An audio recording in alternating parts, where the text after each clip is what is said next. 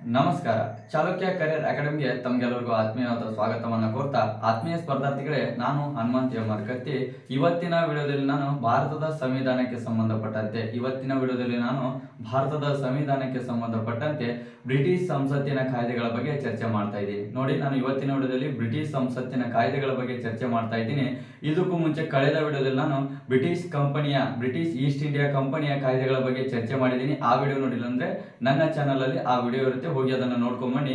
ಇವತ್ತಿನ ವಿಡಿಯೋದಲ್ಲಿ ನಾನು ಬ್ರಿಟಿಷ್ ಸಂಸತ್ತಿನ ಕಾಯ್ದೆಗಳ ಬಗ್ಗೆ ಚರ್ಚೆ ಮಾಡ್ತಾ ಇದ್ದೀನಿ. ಹಾಗಾದ್ರೆ ಬ್ರಿಟಿಷ್ ಸಂಸತ್ತಿನ ಕಾಯ್ದೆಗಳನ್ನ ನೋಡೋಕ್ಕಿಂತ ಮುಂಚೆ ನಮ್ಮ ಚಾನಲ್ಗೆ ಏನಾದ್ರು ನೀವು ಹೊಸಬ್ರಾಗಿದ್ರೆ ಚಾನಲ್ನ ಸಬ್ಸ್ಕ್ರೈಬ್ ಮಾಡ್ಕೊಳ್ಳಿ, ಹಾಗೆ ಪಕ್ಕದಲ್ಲಿರ್ತಕ್ಕಂಥ ಬೆಲ್ ಐಕನ್ ಪ್ರೆಸ್ ಮಾಡ್ಕೊಳ್ಳಿ ಅಂತ ಹೇಳ್ತಾ ಇವತ್ತಿನ ನೋಡ್ಕೊಂಡ್ ಬರೋಣ. ನೋಡಿ, ಮೊದಲನೇದಾಗಿ ಬ್ರಿಟಿಷ್ ಸಂಸತ್ತಿನ ಕಾಯ್ದೆಗಳು ಅಂತ ಬರ್ತವೆ. ಅಂದ್ರೆ ಬ್ರಿಟಿಷ್ ಈಸ್ಟ್ ಇಂಡಿಯಾ ಕಂಪನಿಯ ಕಾಯ್ದೆಗಳಾದ್ಮೇಲೆ ನೆಕ್ಸ್ಟ್ ಬರುವಂತದ್ದು ಬ್ರಿಟಿಷ್ ಸಂಸತ್ತಿನ ಕಾಯ್ದೆಗಳು ಅಂತ ಬರುತ್ತೆ. ಬ್ರಿಟಿಷ್ ಸಂಸತ್ತಿನ ಕಾಯ್ದೆಗಳು ಎಲ್ಲಿಂದ ಆರಂಭ ಆಗುತ್ತೆ ಅಂದ್ರೆ ನಮ್ಮ ದೇಶದಲ್ಲಿ ಅಂದ್ರೆ ಭಾರತದಲ್ಲಿ 1857ರ ಪ್ರಥಮ ಸ್ವಾತಂತ್ರ್ಯ ಸಂಗ್ರಾಮದ ನಂತರ ಭಾರತದಲ್ಲಿ 1857ರ ಪ್ರಥಮ ಸ್ವಾತಂತ್ರ್ಯ ಸಂಗ್ರಾಮ ಏನಾಗುತ್ತೆ, 1857ರ ಪ್ರಥಮ ಸ್ವಾತಂತ್ರ್ಯ ಸಂಗ್ರಾಮ ಪ್ರಥಮ ಸ್ವಾತಂತ್ರ್ಯ ಸಂಗ್ರಾಮದ ನಂತರ ಏನು 1857ರಲ್ಲಿ ಪ್ರಥಮ ಸ್ವಾತಂತ್ರ್ಯ ಸಂಗ್ರಾಮ ಅಥವಾ ಮಹಾದಂಗೆ ಅಂತ ಏನ್ ಕರಿತೀವಿ, ಅದಾದ್ಮೇಲೆ ಈ ಭಾರತದಲ್ಲಿ ಏನ್ ಮಾಡ್ತಾರೆ, ರಾಣಿ ವಿಕ್ಟೋರಿಯಾ ಏನ್ ಮಾಡ್ತಾರೆ ಅಂದ್ರೆ ಬ್ರಿಟಿಷ್ ರಾಣಿ ವಿಕ್ಟೋರಿಯಾ ಒಂದು ಘೋಷಣೆಯನ್ನ ಹೊರಡಿಸ್ತಾರೆ. ಏನಂತ ಘೋಷಣೆ ಹೊರಡಿಸ್ತಾರೆ ಅಂದ್ರೆ, ಇನ್ನು ಮೇಲೆ ಭಾರತದ ಆಡಳಿತವನ್ನ ಕಂಪನಿ ಅಧೀನದಿಂದ ಮುಕ್ತಗೊಳಿಸಿ, ಅಂದ್ರೆ ಇನ್ನು ಮೇಲೆ ಬ್ರಿಟಿಷ್ ಕಂಪನಿಯ ಅಧೀನದಿಂದ ಆಡಳಿತವನ್ನ ಮುಕ್ತಗೊಳಿಸಿ ಆ ಆಡಳಿತವನ್ನ ಏನ್ ಮಾಡ್ತೀವಿ ಅಂದ್ರೆ ಬ್ರಿಟಿಷ್ ಸಂಸತ್ತಿನ ಅಧೀನಕ್ಕೆ ನೇರವಾಗಿ ತರಲಾಗುತ್ತದೆ ಅಂತೇಳಿ ರಾಣಿ ವಿಕ್ಟೋರಿಯಾ ಒಂದು ಘೋಷಣೆ ಮಾಡ್ತಾರೆ. ರಾಣಿ ವಿಕ್ಟೋರಿಯಾ ಹೊರಡಿಸಿದಂತ ಘೋಷಣೆ ಏನಂದ್ರೆ, ಬ್ರಿಟಿಷ್ ಈಸ್ಟ್ ಇಂಡಿಯಾ ಕಂಪನಿಯ ಅಧೀನದಲ್ಲಿರ್ತಕ್ಕಂಥ ಭಾರತ ಆಡಳಿತವನ್ನ ಮುಕ್ತಗೊಳಿಸಿ ಇನ್ನು ಮೇಲೆ ಭಾರತದ ಆಡಳಿತವನ್ನ ಡೈರೆಕ್ಟ್ ಆಗಿ ಬ್ರಿಟಿಷ್ ಸಂಸತ್ತಿನ ಅಧೀನಕ್ಕೆ ತರಲಾಗುವುದು ಅಂತೇಳಿ ಒಂದು ಘೋಷಣೆ ಹೊರಡಿಸ್ತಾರೆ. ಈ ಘೋಷಣೆ ನಂತರ ಇನ್ನು ಮುಂದೆ ಭಾರತದಲ್ಲಿ ಬ್ರಿಟಿಷ್ ಈಸ್ಟ್ ಇಂಡಿಯಾ ಕಂಪನಿ ಅಂತ್ಯಗೊಳ್ಳುತ್ತದೆ ಅಂತೇಳಿ ಹೇಳ್ತಾರೆ. ಹಾಗಾಗಿ ಅಂತ್ಯಗೊಳ್ಳುತ್ತೆ ಅಂತ ಹೇಳ್ತಾರೆ. ಇದನ್ನ ಅಂದ್ರೆ ಇವರು ಬ್ರಿಟನ್ ನಲ್ಲಿ ಒಂದು ಘೋಷಣೆ ಹೊರಡಿಸ್ತಾರೆ. ಇದನ್ನ ಭಾರತದಲ್ಲಿ ಲಾರ್ಡ್ ಕ್ಯಾನಿಂಗ್ ಅಂತಕ್ಕಂಥ ವ್ಯಕ್ತಿ ಏನಾಗಿರ್ತಾನೆ ಅಂದ್ರೆ ಭಾರತದ ಗವರ್ನರ್ ಜನರಲ್ ಆಗಿರ್ತಾನೆ. ಲಾರ್ಡ್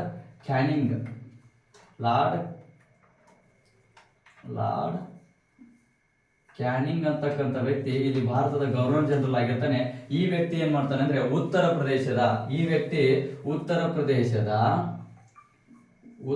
ಪ್ರದೇಶದ ಅಲಹಾಬಾದ್ ಎಂಬ ನಗರದಲ್ಲಿ ಒಂದು ಸಭೆಯನ್ನು ಏರ್ಪಡಿಸಿ, ಸಭೆ ಅಥವಾ ದರ್ಬಾರ್ ಅಂತ ಹೇಳ್ತೀವಿ ನಾವು. ರಾಜ ದರ್ಬಾರ್ ಅಂತ ಹೇಳ್ತೀವಿ, ಗೊತ್ತಾ? ರಾಜರೆಲ್ಲ ಇರ್ತಾರೆ, ಪಕ್ಕದಲ್ಲಿ ಮಂತ್ರಿಮಂಡಲ ವ್ಯವಸ್ಥೆ ಎಲ್ಲ ಇರುತ್ತೆ, ಮಂತ್ರಿಮಂಡಲದವರು ಎಲ್ಲರೂ ಕುಂತಿರ್ತಾರೆ.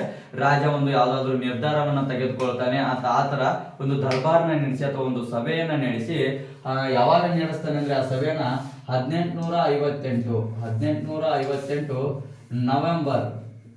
ನವೆಂಬರ್ 1ನೇ ತಾರೀಕಿಗೆ ಉತ್ತರ ಪ್ರದೇಶದ ಅಲಹಾಬಾದ್ ಎಂಬಲ್ಲಿ ಒಂದು ಸಭೆಯನ್ನ ನಡೆಸಿ ಲಾರ್ಡ್ ಕ್ಯಾನಿಂಗ್ ಏನ್ ಮಾಡ್ತಾನೆ, ರಾಣಿ ವಿಕ್ಟೋರಿಯಾ ಮಾಡಿದಂತ ಘೋಷಣೆಯನ್ನ ಎಲ್ಲ ಜನರಿಗೆ ಅಥವಾ ಭಾರತೀಯರಿಗೆ ತಿಳಿಸ್ತಾನೆ. ಹಾಗಾದ್ರೆ ಈ 1858ರ ರಾಣಿ ವಿಕ್ಟೋರಿಯಾ ಘೋಷಣೆ ಅಥವಾ ಭಾರತದ ಸರ್ಕಾರದ ಕಾಯ್ದೆ ಅಂತ ಏನ್ ಕರಿತೀವಿ, ಈ ಕಾಯ್ದೆನ ಇದನ್ನ ಏನಂತ ಕರೀತಾರೆ ಅಂದ್ರೆ ಗುಡ್ ಗವರ್ಮೆಂಟ್ ಆಫ್ ಇಂಡಿಯಾ ಅಂತ ಕರೀತಾರೆ. ಇದನ್ನ ಏನಂತ ಕರಿತೀವಿ ಅಂದ್ರೆ good government of India, good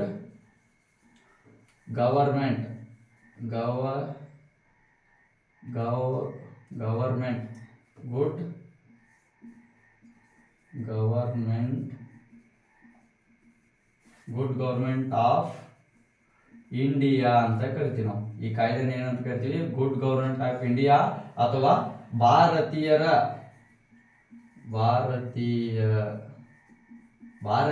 Magna cart ಅಂತ ಕರಿತೀವಿ. ಮ್ಯಾಗ್ನಾ ಕಾರ್ಟ್ ಅಥವಾ ಭಾರತದ ಮ್ಯಾಗ್ನಾ ಕಾರ್ಟ್, ಭಾರತೀಯ ಮ್ಯಾಗ್ನಾ ಕಾರ್ಟ್ ಅಂತ ಕರಿತೀವಿ. ಭಾರತೀಯ ಮ್ಯಾಗ್ನಾ ಕಾರ್ಟ್. ಈ ಕಾಯ್ದೆನ ಏನ್ ಕರಿತೀವಿ ಅಂದ್ರೆ ಈ 1858ರ ರಾಣಿ ವಿಕ್ಟೋರಿಯಾ ಘೋಷಣೆ ಅಥವಾ ಭಾರತದ ಸರ್ಕಾರ ಕಾಯ್ದೆಯನ್ನ ನಾವು ಗುಡ್ ಗೌರ್ಮೆಂಟ್ ಆಫ್ ಇಂಡಿಯಾ ಅಂತ ಕರಿತೀವಿ. ಏನಂತ ಕರಿತೀವಿ? ಗುಡ್ ಗೌರ್ಮೆಂಟ್ ಆಫ್ ಇಂಡಿಯಾ ಅಂತ ಕರೆಯುವಂತ ಕಾಯ್ದೆ ಯಾವ್ದಂದ್ರೆ 1858ರ ರಾಣಿ ವಿಕ್ಟೋರಿಯಾ ಘೋಷಣೆ ಅಂತ ಹೇಳ್ತೀವಿ. ಅದ್ರ ಜೊತೆಗೆ ಮತ್ತೆ ಏನಂತ ಕರಿತೀವಿ ಅಂದ್ರೆ ಭಾರತೀಯರ ಮ್ಯಾಗ್ನಾ ಕಾರ್ಟ್, ಭಾರತೀಯರ ಮ್ಯಾಗ್ನಾ ಕಾರ್ಟ್ ಅಥವಾ ಭಾರತೀಯ ಮ್ಯಾಗ್ನಾ ಕಾರ್ಟ್ ಅಂತ ಕರಿತೀವಿ ಈ ಕಾಯ್ದೆನ, 1858ರ ಕಾಯ್ದೆನ. ಹಾಗಾದ್ರೆ ಈ ಕಾಯ್ದೆ ಮುಖಾಂತರ ಈ 1858ರ ಕಾಯ್ದೆ ಅಥವಾ ಭಾರತ ಸರ್ಕಾರದ ಕಾಯ್ದೆಯ ಮುಖ್ಯಾಂಶಗಳನ್ನ ನಾವು ನೋಡ್ತಾ ಹೋದ್ರೆ, ಭಾರತ ಸರ್ಕಾರ ಕಾಯ್ದೆಯ ಮುಖ್ಯಾಂಶಗಳನ್ನ ನಾವು ನೋಡ್ತಾ ಹೋದ್ರೆ, ಮುಖ್ಯಾಂಶಗಳು, ಈ ಕಾಯ್ದೆಯ ಮುಖ್ಯಾಂಶಗಳು ಏನಂದ್ರೆ, ಮುಖ್ಯಾಂಶಗಳು ಭಾರತದಲ್ಲಿ ಕೊನೆಗೆ ಬರುತ್ತೆ, ಭಾರತದಲ್ಲಿ ಈ ಗವರ್ನರ್ ಜನರಲ್ ಇರ್ತಾರಲ್ಲ, ಭಾರತದ ಗವರ್ನರ್ ಜನರಲ್ ಹುದ್ದೆಯನ್ನ ಏನ್ ಮಾಡ್ತಾರೆ? ರದ್ದು ಮಾಡ್ತಾರೆ. ಹುದ್ದೆಯನ್ನ ರದ್ದು ಮಾಡಿ ವೈಸರಾಯ್ ಹುದ್ದೆಯನ್ನ ಸ್ಥಾಪನೆ ಮಾಡ್ತಾರೆ.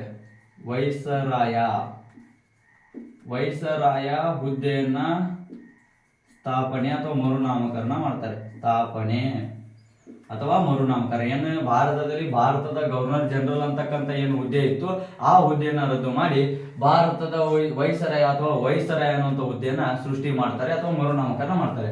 ಹಾಗಾದ್ರೆ ಭಾರತದ ವೈಸರಾಯ ಆಗಿ, ಮೊದಲ ಭಾರತದ ವೈಸರಾಯ ಆಗಿ ಲಾರ್ಡ್ ಕ್ಯಾನಿಂಗ್ ನೇಮಕವಾಗ್ತಾರೆ. ಲಾರ್ಡ್ ಕ್ಯಾನಿಂಗ್ ಯಾರು ಮೊದಲು ಭಾರತದ ಗವರ್ನರ್ ಜನರಲ್ ಆಗಿದ್ದರು. ಭಾರತದ ಗವರ್ನರ್ ಜನರಲ್ ಆಗಿರ್ತಕ್ಕಂಥ ಲಾರ್ಡ್ ಕ್ಯಾನಿಂಗ್ ನೋಡಿ, ಭಾರತದ ಕೊನೆಯ ಗವರ್ನರ್ ಜನರಲ್ ಯಾರಂದ್ರೆ ಲಾರ್ಡ್ ಕ್ಯಾನಿಂಗ್, ಭಾರತದ ಮೊದಲ ವೈಸರಾಯ ಯಾರಂದ್ರೆ ಲಾರ್ಡ್ ಕ್ಯಾನಿಂಗ್. ಯಾಕಂದ್ರೆ ಇವರು ಇಲ್ಲಿ ಈ ಘೋಷಣೆ ಬಂದಾಗ ಇವರು ಗವರ್ನರ್ ಜನರಲ್ ಆಗಿದ್ರು, ನಂತರ ಈ ಗವರ್ನರ್ ಜನರಲ್ ಹೋಗಿ ವೈಸರಾಯ ಆದಾಗ ಅವರು ಕೂಡ ಗವರ್ನರ್ ಜನರಲ್ ಇದ್ದಂತವ್ರು ವೈಸರಾಯ ಆಗಿ ಕನ್ವರ್ಟ್ ಆಗ್ತಾರೆ. ಅದಕ್ಕೋಸ್ಕರ ಮೊದಲ ವೈಸರಾಯ ಲಾರ್ಡ್ ಕ್ಯಾನಿಂಗ್, ಹೌದಾ? ಅದರ ಜೊತೆಗೆ ಭಾರತದಲ್ಲಿ ಈಸ್ಟ್ ಇಂಡಿಯಾ ಕಂಪನಿ ಅಂತ್ಯವಾಗುತ್ತೆ. ಈಸ್ಟ್ ಇಂಡಿಯಾ ಕಂಪನಿ ಅಂತ್ಯವಾಗುತ್ತೆ. ಈಸ್ಟ್ ಇಂಡಿಯಾ ಕಂಪನಿ ಅಂತ್ಯ ಅಂದ್ರೆ ನೋಡಿ, ಈಸ್ಟ್ ಇಂಡಿಯಾ ಕಂಪನಿ ಸ್ಥಾಪನೆ ಆಗಿದ್ದು 1600ರಲ್ಲಿ, ಅಂತ್ಯವಾಗಿದ್ದು 1858ರಲ್ಲಿ.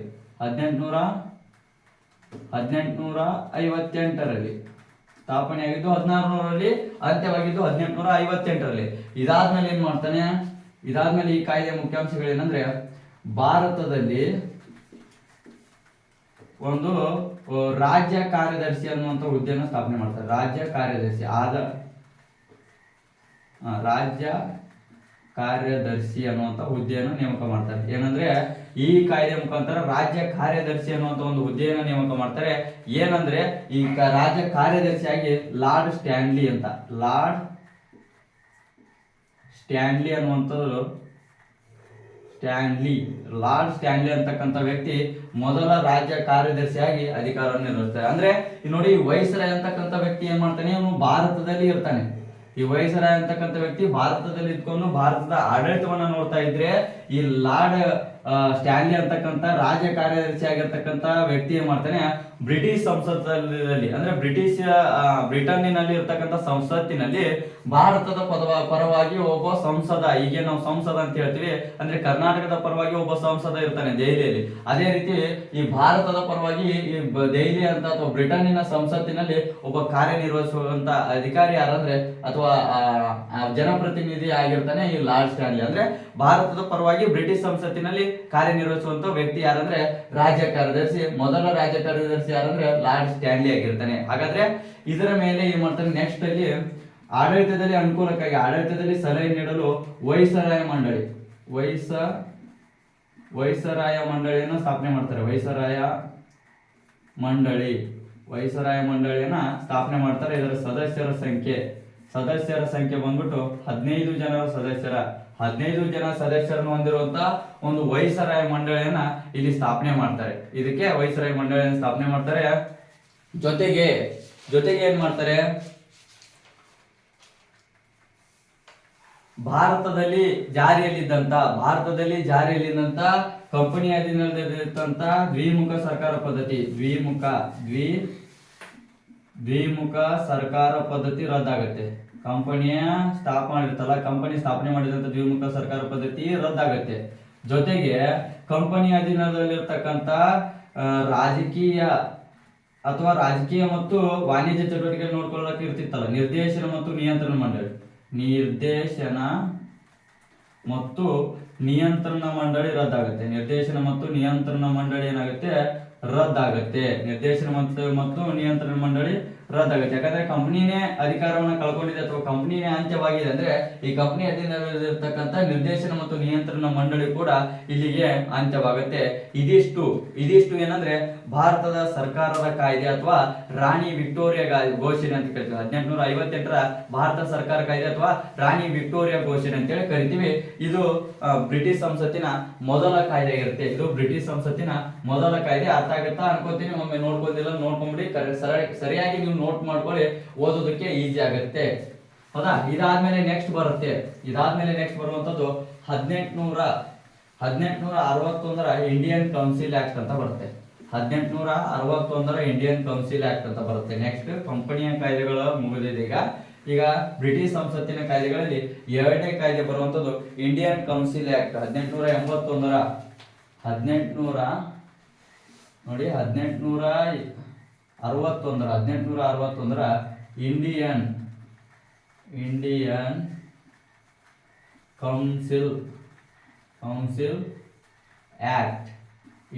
ಕೌನ್ಸಿಲ್ ಆಕ್ಟ್ ಅಂತ ಕರಿತೀವಿ. ಅಥವಾ ಭಾರತೀಯ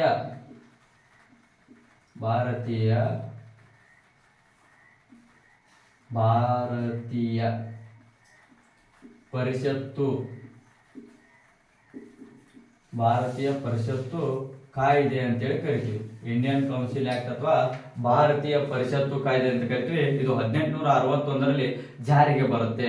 ಹಾಗಾದ್ರೆ ಈ ಕಾಯ್ದೆ ಮುಖಾಂತರ ಏನ್ ಮಾಡ್ತಾರೆ ಅಂದ್ರೆ, ಈ ಕಾಯ್ದೆ ಮುಖಾಂತರ 15 ಜನ ಸದಸ್ಯರಿರುವ ಒಂದು ಶಾಸಕಾಂಗ ಸಮಿತಿಯನ್ನ ರಚನೆ ಮಾಡ್ತಾರೆ ಅಥವಾ ಶಾಸಕಾಂಗವನ್ನ ರಚನೆ ಮಾಡ್ತಾರೆ. 15 ಜನರಿರುವ ಶಾಸಕಾಂಗವನ್ನ ರಚನೆ ಮಾಡಿದಂತ ಕಾಯ್ದೆ ಯಾವ್ದಂದ್ರೆ 1861ರ ಇಂಡಿಯನ್ ಕೌನ್ಸಿಲ್ ಆಕ್ಟ್. ಈ 15 ಜನ ಸದಸ್ಯರಿರುವಂತ ಒಂದು ಶಾಸಕಾಂಗವನ್ನ ರಚನೆ ಮಾಡುತ್ತೆ. ಈ ಕಾಯ್ದೆ ಮುಖಾಂತರ ಪೋರ್ಟ್ಫೋಲಿಯೋ ಅಥವಾ ಸಚಿವಾಲಯ ವ್ಯವಸ್ಥೆ ಅಂತ ಕರಿತೀವಿ. ಪೋರ್ಟ್ಫೋಲಿಯೋ ಅಥವಾ ಸಚಿವಾಲಯ ವ್ಯವಸ್ಥೆ. ಸಚಿವಾಲಯ ವ್ಯವಸ್ಥೆ ಜಾರಿ. ಪೋರ್ಟ್ಫೋಲಿಯೋ ಅಥವಾ ಸಚಿವಾಲಯ ವ್ಯವಸ್ಥೆ ಜಾರಿ ಆಗುತ್ತೆ. ಈ ಸಚಿವಾಲಯ ವ್ಯವಸ್ಥೆ ಅಥವಾ ಪೋರ್ಟ್ಫೋಲಿಯೋ ವ್ಯವಸ್ಥೆ ಅಂದ್ರೆ ಏನು? ಈ ಸಚಿವಾಲಯ ವ್ಯವಸ್ಥೆ ಅಥವಾ ಪೋರ್ಟ್ಫೋಲಿಯೋ ವ್ಯವಸ್ಥೆ ಅಂದ್ರೆ ಇದು ಭಾರತದಲ್ಲಿ ಇವಾಗ ನಾವು ಗೃಹ ಮಂತ್ರಿ ಅಂತ ಇದ್ದಾರೆ, ಸಾರಿಗೆ ಸಚಿವ ಅಂತ ಇದ್ದಾರೆ, ಅಥವಾ ಇಂಧನ ಸಚಿವ ಅಂತ ಇದ್ದಾರೆ, ಆರೋಗ್ಯ ಸಚಿವ, ಮತ್ತೆ ಈ ತರ ಪ್ರತಿಯೊಂದು ಕಾಯ್ದೆ ಅಂದ್ರೆ ಒಬ್ಬೊಬ್ಬ ಮಂತ್ರಿ ಮಂಡಲಕ್ಕೆ ಒಂದೊಂದು ಅಧಿಕಾರವನ್ನು ಬಿಟ್ಕೊಡೋದು. ಒಂದು ಇಂಧನ ಖಾತೆ, ಸಾರಿಗೆ ಖಾತೆ, ಹಾಗಾದ್ರೆ ಶಿಕ್ಷಣ ಸಚಿವ, ಈ ತರ ನಾವು ಕಾಯ್ದೆಗಳಂತ ಹೇಳ. ಅದಕ್ಕೋಸ್ಕರ ಸಚಿವಾಲಯ ಅಂದ್ರೆ ಸಚಿವರು ಅಂತ ಏನ್ ಹೇಳ್ತೀವಿ, ಅದಕ್ಕೋಸ್ಕರ ಸಚಿವಾಲಯ ಅಂತ ಹೇಳ್ತೀವಿ. ಈ ಕಾಯ್ದೆನ ಜಾರಿಗೆ ಅಂದ್ರೆ ಈ ಕಾನೂನನ್ನ ಜಾರಿಗೆ ತರ್ತಾರೆ. ಇದರಿಂದ ಈ 15 ಜನ ಸದಸ್ಯರು ಏನಿರ್ತಾರೆ ಒಬ್ಬೊಬ್ಬರಿಗೆ ಒಂದೊಂದು ಅಧಿಕಾರ ಕೊಡೋದು. ಒಬ್ಬರಿಗೆ ಶಿಕ್ಷಣ, ಒಬ್ಬರಿಗೆ ಆರೋಗ್ಯ, ಒಬ್ಬರಿಗೆ ಇಂಧನ ಖಾತೆ, ಒಬ್ಬರಿಗೆ ಹಣಕಾಸು ಮಂತ್ರಿ, ಒಬ್ಬರಿಗೆ ಶಿಕ್ಷಣ, ಒಬ್ಬರಿಗೆ ಆರೋಗ್ಯ, ಒಬ್ಬರಿಗೆ ಹಣಕಾಸು, ಒಬ್ಬರಿಗೆ ಯಾವುದು ಸಾರಿಗೆ ಇರ್ಬೋದು, ಒಬ್ಬರಿಗೆ ಸಾರಿಗೆ, ಈ ತರ ಪ್ರತಿಯೊಂದು ಖಾತೆಗಳನ್ನ ಹಂಚ್ಕೊಟ್ಬಿಡೋದು. ಇದಕ್ಕೆ ಪೋರ್ಟ್ಫೋಲಿಯೋ ಅಥವಾ ಸಚಿವಾಲಯ ವ್ಯವಸ್ಥೆ ಅಂತ ಕರೀತಾರೆ. ಆ ರೀತಿ 1861ರ ಇಂಡಿಯನ್ ಕೌನ್ಸಿಲ್ ಆಕ್ಟ್ ಮುಖಾಂತರ ಪೋರ್ಟ್ಫೋಲಿಯೋ ಅಥವಾ ಸಚಿವಾಲಯ ವ್ಯವಸ್ಥೆನ ಜಾರಿಗೆ ತರ್ತಾರೆ. ಹಾಗಾದ್ರೆ ಇದಾದ್ಮೇಲೆ ಭಾರತದಲ್ಲಿ ಈ ಪೋರ್ಟ್ಫೋಲಿಯೋ ವ್ಯವಸ್ಥೆಯನ್ನು ಜಾರಿಗೆ ತಂದವರು ಯಾರಂದ್ರೆ, ಈ ಪೋರ್ಟ್ಫೋಲಿಯೋ ವ್ಯವಸ್ಥೆಯನ್ನು ಜಾರಿಗೆ ತಂದವರು ಯಾರಂದ್ರೆ ಲಾರ್ಡ್ ಕ್ಯಾನಿಂಗ್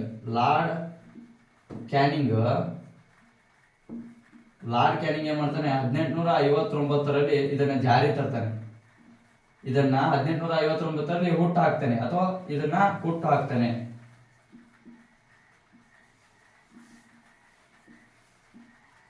1859ರಲ್ಲಿ ಇದನ್ನು ಲಾರ್ಡ್ ಕ್ಯಾನಿಂಗ್ ಅವರು ಏನ್ ಮಾಡ್ತಾರೆ, ಹುಟ್ಟು ಹಾಕ್ತಾರೆ. ಬಟ್ ಇದು ಅಧಿಕೃತವಾಗಿ ಜಾರಿಗೆ ಬಂದಿದ್ದು 1861ರಲ್ಲಿ. ಲಾರ್ಡ್ ಕ್ಯಾನಿಂಗ್ 1859ರಲ್ಲಿ ಇದನ್ನು ಹುಟ್ಟಾಕಿರ್ತಾನೆ. ಬಟ್ ಅಧಿಕೃತವಾಗಿ ಜಾರಿಗೆ ಬಂದಿದ್ದು 1861ರ ಕಾಯ್ದೆ ಮುಖಾಂತರ ಈ ಪೋರ್ಟ್ಫೋಲಿಯೋ ವ್ಯವಸ್ಥೆ ಜಾರಿಗೆ ಬರುತ್ತೆ. ಅದಾದ್ಮೇಲೆ ICS ಪರೀಕ್ಷೆಯನ್ನ ಆರಂಭ ಮಾಡಿದ್ದು ಯಾವುದು? ICS ಪರೀಕ್ಷೆನ ಆರಂಭ ಮಾಡಿದ್ದು 1853ರ 4ನೇ ಚಾರ್ಟರ್ ಕಾಯ್ದೆ ICS ಪರೀಕ್ಷೆನ ಆರಂಭ ಮಾಡುತ್ತೆ. ICS ಪರೀಕ್ಷೆನ ಆರಂಭ ಮಾಡಿದ್ದು 1853ರ 4ನೇ ಚಾರ್ಟರ್ ಕಾಯ್ದೆ. ಆದ್ರೆ ಈ ICS ಪರೀಕ್ಷೆಯಲ್ಲಿ ಭಾರತೀಯರಿಗೆ ಅವಕಾಶ ನೀಡಿದ್ದು, ಭಾರತೀಯರಿಗೆ ಅವಕಾಶ, ಈ ICS ಪರೀಕ್ಷೆಯಲ್ಲಿ ಭಾರತೀಯರಿಗೆ ಅವಕಾಶ ನೀಡಿದಂತ ಕಾಯ್ದೆ ಯಾವುದಂದ್ರೆ 1861ರ ಇಂಡಿಯನ್ ಕೌನ್ಸಿಲ್ ಆಕ್ಟ್ ಇರುತ್ತೆ. ಇದು ICS ಪರೀಕ್ಷೆಯಲ್ಲಿ ಭಾರತೀಯರಿಗೆ ಅವಕಾಶ ನೀಡುತ್ತೆ.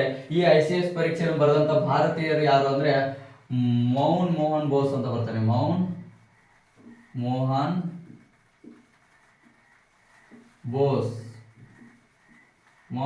ಬೋಸ್ ಮತ್ತು ಸತ್ಯೇಂದ್ರನಾಥ್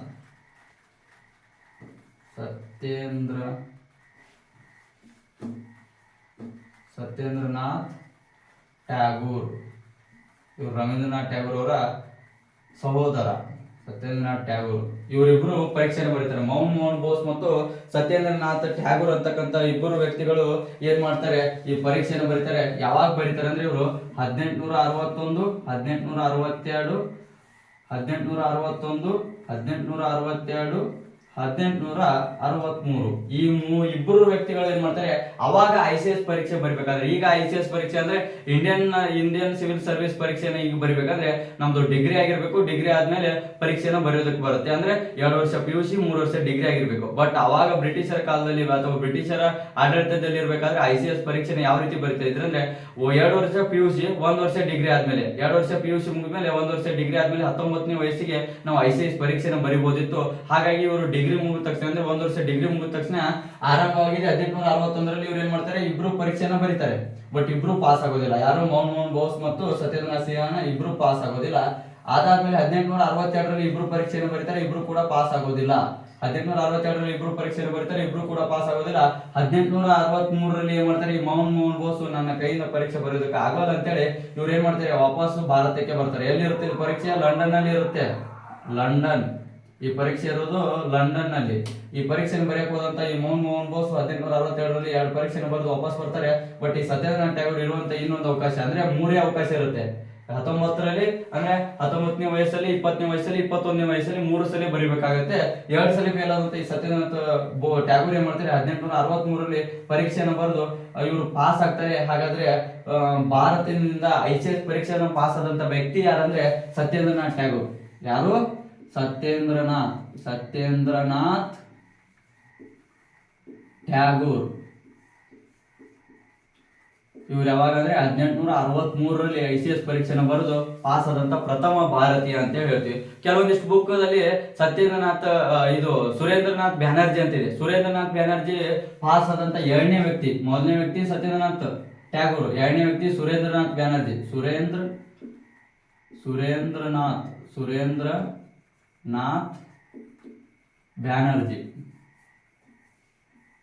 ಸುರೇಂದ್ರನಾಥ್ ಬ್ಯಾನರ್ಜಿ ಯಾವಾಗ ಅಂದ್ರೆ 1869ರಲ್ಲಿ ಸುರೇಂದ್ರನಾಥ್ ಬ್ಯಾನರ್ಜಿ 1869ರಲ್ಲಿ ಪಾಸ್ ಆಗ್ತಾರೆ. ಹಾಗಾದ್ರೆ ಪ್ರಥಮ ರ್ಯಾಂಕ್ ಪಡೆದಂತ ವ್ಯಕ್ತಿ ICS ಪರೀಕ್ಷೆಯಲ್ಲಿ ಪ್ರಥಮ ರ್ಯಾಂಕ್ 1ನೇ ರ್ಯಾಂಕ್ ಪಡೆದಂತ ಭಾರತೀಯ ಯಾರಂದ್ರೆ ಗುರುಪ್ರಸಾದ್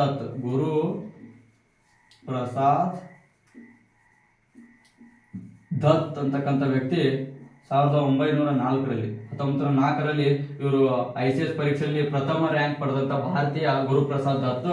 ಅದೇ ರೀತಿ 4ನೇ ವ್ಯಕ್ತಿ ಬರ್ತಾರೆ, 4ನೇ ರ್ಯಾಂಕ್ ಪಡೆದಂತ ಭಾರತೀಯ ಯಾರಂದ್ರೆ ಅವರೇ ನಮ್ಮ ಸುಭಾಷ್ ಚಂದ್ರ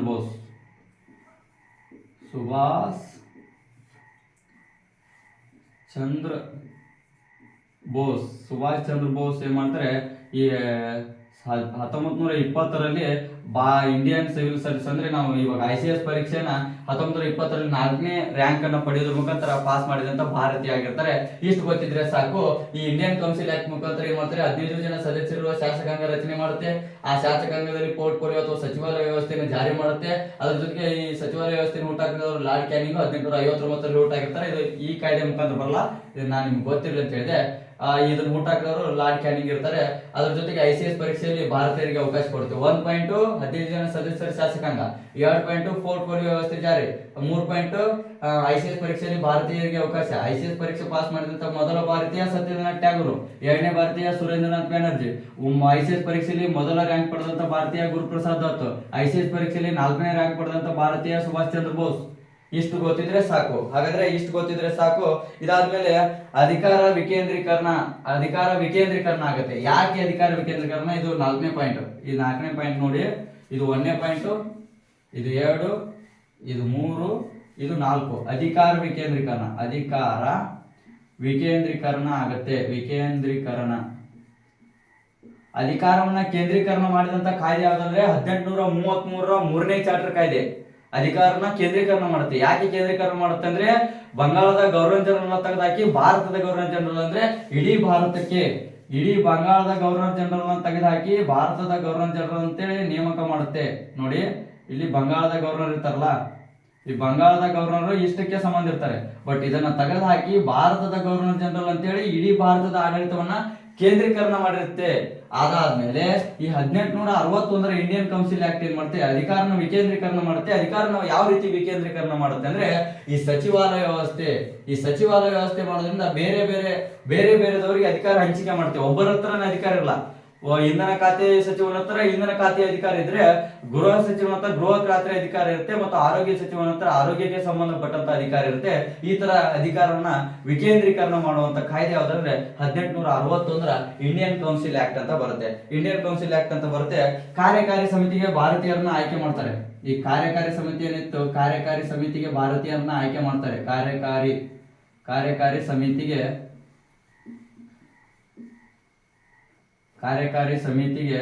ಭಾರತೀಯರಿಗೆ ಅವಕಾಶ.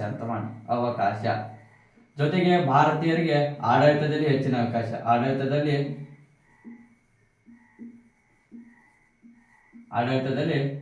ಅವಕಾಶ. ಇಲ್ಲಿಂದ ಭಾರತೀಯರಿಗೆ ಹೆಚ್ಚಿನ ಅವಕಾಶ ಸಿಗುತ್ತೆ. ಭಾರತೀಯರಿಗೆ ಆಡಳಿತದಲ್ಲಿ ಹೆಚ್ಚಿನ ಅವಕಾಶ ಸಿಗುತ್ತೆ. ಇಷ್ಟು 1861 ಇಂಡಿಯನ್ ಕೌನ್ಸಿಲ್ ಆಕ್ಟ್ ಅಂತ ಬರುತ್ತೆ. ಇದು ಅರ್ಥ ಆಗಿದೆ ಅನ್ಕೋತೀನಿ. ನೆಕ್ಸ್ಟ್ ಬರುವಂತದ್ದು 1892 ಇಂಡಿಯನ್ ಕೌನ್ಸಿಲ್ ಆಕ್ಟ್ ಬರುತ್ತೆ. 1892 ಇಂಡಿಯನ್ ಕೌನ್ಸಿಲ್ ಆಕ್ಟ್ ಬರುತ್ತೆ. ಅದೇನು ಪರೀಕ್ಷಾ ದೃಷ್ಟಿಯಿಂದ ಅಷ್ಟೊಂದು ಇಂಪಾರ್ಟೆಂಟ್ ಅಲ್ಲ, ಬಟ್ ಬರುತ್ತೆ. 1892 ಇಂಡಿಯನ್ ಕೌನ್ಸಿಲ್ ಆಕ್ಟ್ ಬರುತ್ತೆ. ಅದು ನೆನಪಿದ್ರೆ ಸಾಕು, 1892 ಇಂಡಿಯನ್ ಕೌನ್ಸಿಲ್ ಆಕ್ಟ್. ಅದಾದ್ಮೇಲೆ ನೆಕ್ಸ್ಟ್ ಬರುವಂತದ್ದು 1909 Minto Montagu James 1909 Indian Council Act ಅಂತ ಕರಿತೀವಿ. ಭಾರತೀಯ ಪರಿಷತ್ತು ಅಧಿನಿಯಮ ಅಂತ ಕರಿತೀವಿ. ಇಂಡಿಯನ್ ಕೌನ್ಸಿಲ್ ಆಕ್ಟ್ ಭಾರತೀಯ ಪರಿಷತ್ತು ಅಧಿನಿಯಮ ಅಂತ ಕರಿತೀವಿ. ಇನ್ನೂ ಪಾಪ್ಯುಲರ್ ಆಗಿ ನಾವು ಕರೆಯೋದು ಯಾವ್ದಂದ್ರೆ ಮಿಂಟೋ ಮಾರ್ಲೆ ಸುಧಾರಣೆ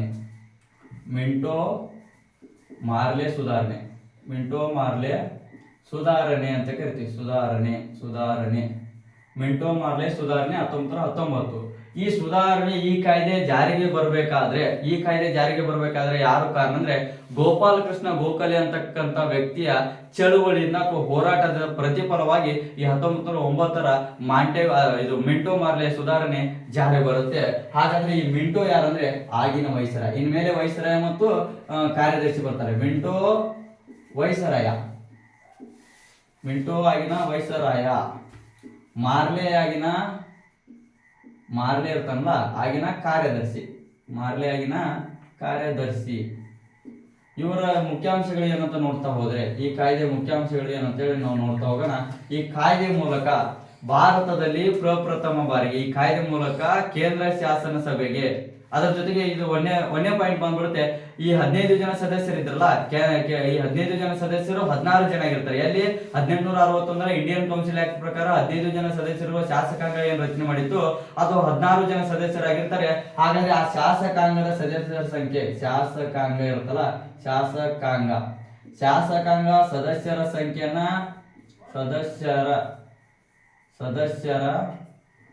ಸಂಖ್ಯೆಯನ್ನ ಅದು 16 ಆಗಿರುತ್ತೆ. 15 ಇದ್ದಿದ್ದು 16 ಆಗಿರುತ್ತೆ. 16ರಿಂದ 60ಕ್ಕೆ ಏರಿಕೆ ಮಾಡಲಾಗುತ್ತೆ.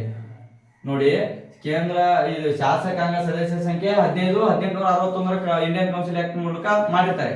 ಅದು 16ಕ್ಕೆ ಏರಿರುತ್ತೆ. ಆ 16ಕ್ಕೆ ಇರುವಂತಹ ಶಾಸಕಾಂಗ ಸದಸ್ಯರ ಸಂಖ್ಯೆಯನ್ನ 60ಕ್ಕೆ ಏರಿಕೆ ಮಾಡ್ತಾರೆ. ಇಷ್ಟೇ ಗೊತ್ತಿರಲಿ ನಿಮ್ಗೆ. ಮಿಂಟೋ ಮಾರ್ಲೆ ಸುಧಾರಣೆ ಪ್ರಕಾರ 1909 ಕಾಯ್ದೆ ಪ್ರಕಾರ ಶಾಸಕಾಂಗ ಸದಸ್ಯರ ಸಂಖ್ಯೆಯನ್ನ 16ರಿಂದ 60ಕ್ಕೆ ಏರಿಕೆ ಮಾಡಲಾಯಿತು. ಇದು 1 ಪಾಯಿಂಟ್. ಎರಡನೇ ಪಾಯಿಂಟ್ ಬರುತ್ತೆ ಕೇಂದ್ರ ಶಾಸನ ಸಭೆಗೆ ಕೇಂದ್ರ ಶಾಸನ ಸಭೆಗೆ ಚುನಾವಣೆ ಮಾಡ್ತಾರೆ. ಸಭೆಗೆ ಪ್ರಥಮ ಬಾರಿಗೆ ಚುನಾವಣೆ. ಹಾಗಾದ್ರೆ ಈ ಕೇಂದ್ರ ಶಾಸನ ಸಭೆ ಆರಂಭ ಮಾಡಿದ್ದು ಅಥವಾ ಸ್ಥಾಪನೆ ಮಾಡಿದ್ದಲ್ಲಿ ಅಂದ್ರೆ 1853 4ನೇ ಚಾರ್ಟರ್ ಕಾಯ್ದೆ ಇರುತ್ತಲ್ಲ, 1853 4ನೇ ಚಾರ್ಟರ್ ಕಾಯ್ದೆಯಲ್ಲಿ ಈ ಕೇಂದ್ರ ಶಾಸನ ಸಭೆಯನ್ನ ಸ್ಥಾಪನೆ ಮಾಡ್ತಾರೆ. ಆ ಕೇಂದ್ರ ಶಾಸನ ಸಭೆಗೆ ಮೊದಲು ಬರೀ ಆಗ್ರಾ, ಕಲ್ಕತ್ತಾ, ಬಾಂಬೆ, ಮದ್ರಾಸ್ ಪ್ರಾಂತ್ಯಗಳಿಂದ ಸದಸ್ಯರನ್ನ ನೇಮಕ ಮಾಡಿರ್ತಾರೆ. ಯಾವಾಗಂದ್ರೆ 1853 ಚಾರ್ಟರ್ ಕಾಯ್ದೆ 4ನೇ ಚಾರ್ಟರ್ ಕಾಯ್ದೆ ಮುಖಾಂತರ. ಬಟ್ 1909 ಮಿಂಟೋ ಮಾರ್ಲೆ ಸುಧಾರಣೆ ಮುಖಾಂತರ ಈ ಕೇಂದ್ರ ಶಾಸನ ಸಭೆಗೆ ಪ್ರಪ್ರಥಮ ಬಾರಿಗೆ ಚುನಾವಣೆ ಮಾಡಲಾಗುತ್ತೆ. ಚುನಾವಣೆ ಮೂಲಕ ಕೇಂದ್ರ ಶಾಸನ ಸಭೆಗೆ ಸದಸ್ಯರನ್ನ ನೇಮಕ ಮಾಡಿಕೊಳ್ಳಲಾಗುತ್ತೆ. ಹಾಗಾದ್ರೆ ಈ ಕಾಯ್ದೆ ಮುಖಾಂತರ ಏನಾಗುತ್ತೆ, ನೇಮಕ ಮಾಡ್ಕೊಂತಾರೆ. ಈ ಕಾಯ್ದೆ ಮುಖಾಂತರ ಭಾರತೀಯರಿಗೆ ಚುನಾವಣೆ ತತ್ವ ತಿಳಿಯುತ್ತೆ. ಭಾರತೀಯರಿಗೆ ಚುನಾವಣೆಯ ತತ್ವ ಚುನಾವಣೆಯ ತತ್ವ ತಿಳಿಯುತ್ತದೆ. ಚುನಾವಣೆ ಅಂತ ಗೊತ್ತಿಲ್ಲ, ತಿಳಿಯುತ್ತದೆ. ಚುನಾವಣೆ ತತ್ವದ ಬಗ್ಗೆ ಭಾರತೀಯರಿಗೆ ಅರಿವು ಮೂಡುತ್ತೆ. ಇದು ಗೊತ್ತಾಗುತ್ತೆ. ಜೊತೆಗೆ ಪ್ರತ್ಯೇಕ ಮತದಾರ ವರ್ಗವನ್ನ ಸೃಷ್ಟಿ ಮಾಡಲಾಗುತ್ತೆ. ಸೃಷ್ಟಿ ಮಾಡುತ್ತೆ ಯಾರಿಗೆ ಅಂದ್ರೆ ಮುಸ್ಲಿಮರಿಗೆ, ಮುಸ್ಲಿಂ ಸಮುದಾಯದವರಿಗೆ ಪ್ರತ್ಯೇಕ ಮತದಾರರ ವರ್ಗ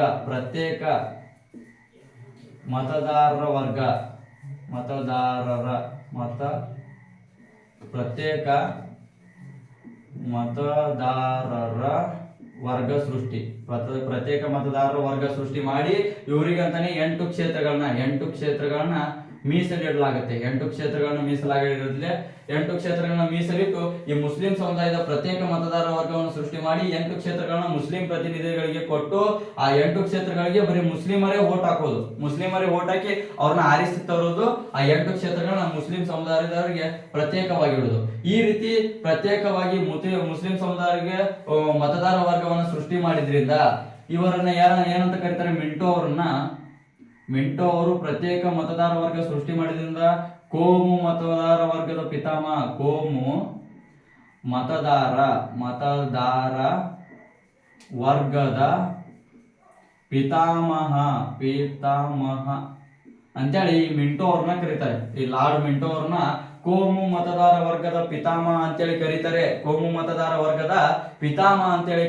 ಈ ಲಾರ್ಡ್ ಮಿಂಟೋ ಅವರನ್ನ ಕೋಮು ಮತದಾರ ವರ್ಗದ ಪಿತಾಮಹ ಅಂತೇಳಿ ಕರೀತಾರೆ. ಅದಾದ್ಮೇಲೆ ಭಾರತೀಯರಿಗೆ ಸದಸ್ಯರಿಗೆ ಬಜೆಟ್ ಮೇಲೆ ಚರ್ಚೆ ಮತ್ತು ಪ್ರಶ್ನೆ ಕೇಳಲು ಅವಕಾಶ. ಇಲ್ಲೇನ್ ಮಾಡ್ತಾರೆ, ಭಾರತೀಯರಿಗೆ ಬಜೆಟ್ ಇರುತ್ತಲ್ಲ, ಬಜೆಟ್ ಮೇಲೆ ಪ್ರಶ್ನೆ ಕೇಳಲು ಮತ್ತು ಚರ್ಚೆ ಮಾಡಲು ಅವಕಾಶ ಕಲ್ಪಿಸಲಾಗುತ್ತೆ.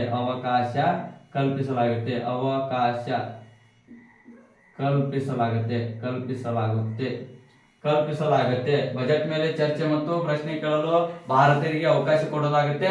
ವೆರಿ ಇಂಪಾರ್ಟೆಂಟ್ ಆಗಿರುವಂತದ್ದು ಇಲ್ಲೊಂದು ಪಾಯಿಂಟ್ ಬರುತ್ತೆ. ವೈಸರಾಯ ಮಂಡಳಿಯಲ್ಲಿ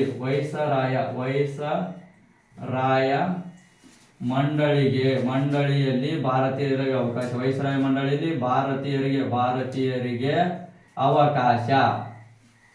ನೋಡಿ, ಪ್ರಪ್ರಥಮ ಬಾರಿಗೆ ವೈಸರಾಯ ಮಂಡಳಿಯನ್ನು ಸ್ಥಾಪನೆ ಮಾಡಿದ್ದು 1858 ಕಾಯ್ದೆ. 1858 ಪ್ರಥಮ ಸ್ವಾತಂತ್ರ್ಯ ಸಂಗ್ರಾಮ ನಡೆದ್ಮೇಲೆ ಅಂದ್ರೆ ರಾಣಿ ವಿಕ್ಟೋರಿಯಾ ಘೋಷಣೆ ಕಾಯ್ದೆ ಅಂತ ಏನ್ ಕರಿತೀವಿ, ಆ ಕಾಯ್ದೆ ಅನ್ಬೋದು ಅಥವಾ ಭಾರತ ಸರ್ಕಾರ ಕಾಯ್ದೆ. 1858 ಭಾರತ ಸರ್ಕಾರ ಕಾಯ್ದೆ ಮುಖಾಂತರ ವೈಸರಾಯ ಮಂಡಳಿ 15 ಜನ ಸದಸ್ಯರಿರುವ ವೈಸರಾಯ ಮಂಡಳಿಯನ್ನು ಸ್ಥಾಪನೆ ಮಾಡಿದ್ರೆ ಆ ವೈಸರಾಯ ಮಂಡಳಿಗೆ 1909 ಕಾಯ್ದೆ ಮುಖಾಂತರ ಭಾರತೀಯರಿಗೆ ಅವಕಾಶ ಕೊಡುತ್ತೆ. 1909 ಮುಖಾಂತರ ಭಾರತೀಯರಿಗೆ ಅವಕಾಶ ಕೊಡುತ್ತೆ. ಮೊದಲ ಭಾರತೀಯ ಸತ್ಯೇಂದ್ರನಾಥ್ ಸಿನ್ಹಾ ಅಂತ ಬರ್ತಾರೆ. ಸತ್ಯೇಂದ್ರನಾಥ್ ಸಿನ್ಹಾ ಅಂತಕ್ಕಂಥ ವ್ಯಕ್ತಿ. ಸತ್ಯೇಂದ್ರನಾಥ್ ಸಿನ್ಹಾ ಅಂತಕ್ಕಂಥ ವ್ಯಕ್ತಿ ಏನ್ ಮಾಡ್ತಾರೆ, ಈ ಭಾರತೀಯರಿಂದ ಬ್ರಿಟಿಷ್ ವೈಸರಾಯ ಮಂಡಳಿಗೆ ಮೊದಲ ಬಾರಿಗೆ ಆಯ್ಕೆಯಾದಂತ ವ್ಯಕ್ತಿ ಯಾರಂದ್ರೆ ಸತ್ಯೇಂದ್ರನಾಥ್ ಸಿನ್ಹಾ ಅಂತಕ್ಕಂಥ ವ್ಯಕ್ತಿ ಬರ್ತಾರೆ. ಹಾಗಾದ್ರೆ ಈ ಎಲ್ಲಾ ಕಾಯ್ದೆ ಅಂದ್ರೆ 1909 ಮಿಂಟೋ ಮಾರ್ಲೆ ಕಾಯ್ದೆ ಅಥವಾ ಇಂಡಿಯನ್ ಕೌನ್ಸಿಲ್ ಆಕ್ಟ್ ಅನ್ನುವಂತ ಈ ಕಾಯ್ದೆಯನ್ನ ಭಾರತದ ಮ್ಯಾಗ್ನಾ ಕಾರ್ಟ್ ಅಂತ ಕರೀತಾರೆ. ಮ್ಯಾಗ್ನಾ ಕಾರ್ಟ್, ಭಾರತದ ಮ್ಯಾಗ್ನಾ ಕಾರ್ಟ್ ಅಂತ ಕರೀತಾರೆ. ಯಾರು ಕರೀತಾರೆ ಅಂದ್ರೆ ಮಂದಗಾಮಿಗಳು, ಭಾರತದಲ್ಲಿರ್ತಕ್ಕಂಥ ಮಂದಗಾಮಿಗಳ ಗುಂಪು ಏನು ಅಂತ ಕರೀತಿದೆ. ಈ 1909 ಕಾಯ್ದೆಯನ್ನ ಮಂದಗಾಮಿಗಳ ಗುಂಪು ಭಾರತದ ಮ್ಯಾಗ್ನಾ ಕಾರ್ಟ್ ಅಂತ ಕರೀತಿದೆ.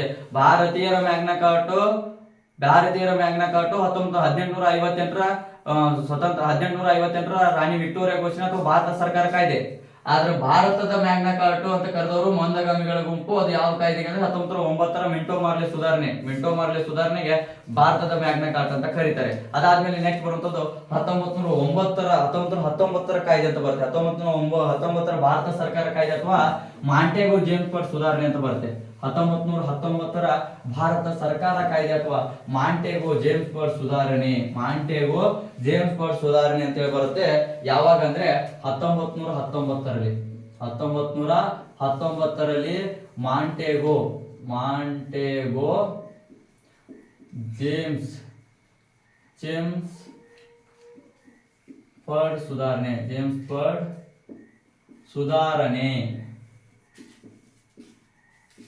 ನೋಡಿ. 1919ರ ಮಾಂಟೆಗೋ ಜೇಮ್ಸ್ ಬರ್ಡ್ ಸುಧಾರಣೆ ಅಂತ ಬರುತ್ತೆ ಅಥವಾ ಭಾರತ ಸರ್ಕಾರ ಕಾಯ್ದೆ ಅಂತೇಳಿ ಈ ಕಾಯ್ದೆಗೆ ಕರೆಯುವಂಥದ್ದು. ಈ ಕಾಯ್ದೆ ಯಾವಾಗ ಜಾರಿಗೆ ಬರುತ್ತೆ ಅಂದ್ರೆ 1917ರ ಪ್ರಥಮ ಸ್ವಾತಂತ್ರ್ಯ ಸಂಗ್ರಾಮದ ನಂತರ ಪ್ರಥಮ